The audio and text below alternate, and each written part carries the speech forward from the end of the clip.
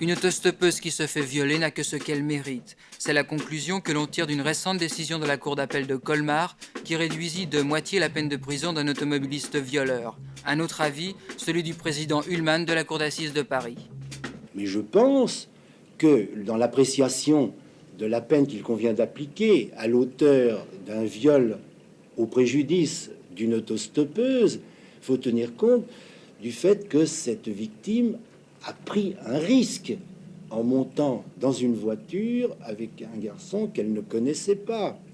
Et puisque chaque fois, il faut apprécier tous les éléments d'une cause pour apprécier la peine qu'il convient d'appliquer, on peut faire la comparaison avec un automobiliste qui, passant sur une route à l'écart d'une agglomération, aperçoit une jeune fille dont la silhouette lui plaît, qui se précipite sur elle et qui la viole dans un bocteau voisin.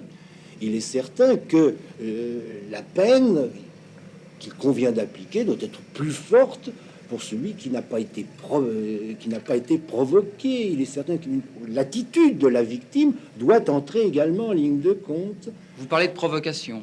C'est une provocation indirecte, si vous voulez. Il est certain que les hommes sont ce qu'ils sont, qu'il faut éviter, par exemple, j'emploie cette expression, d'allumer, puisque c'est l'expression d'un garçon, et puis après de faire machine arrière, après avoir laissé espérer une issue, si j'ose dire, favorable.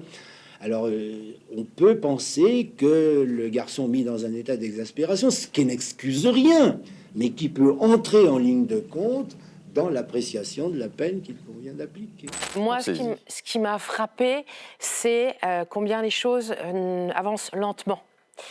Parce que elle a été effectivement très mal reçue dans un commissariat. C'est encore le cas aujourd'hui de 52% des femmes qui sont violées. Vous remarquerez au tout début de ce magazine, les premières questions qu'il lui pose, c'est sur son comportement à elle.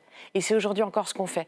Les représentations qu'on a sur le viol n'ont pas tant bougé que ça, et enquête après enquête, elles vous le disent, on est encore, je dirais, si je condense toutes les enquêtes, 30% des Français qui pensent que, par exemple, une victime est co-responsable si elle est habillée dans une tenue sexy, si elle avait bu un peu d'alcool, etc., etc. Ça a un mal fou à bouger. Et c'est pour ça qu'on est là.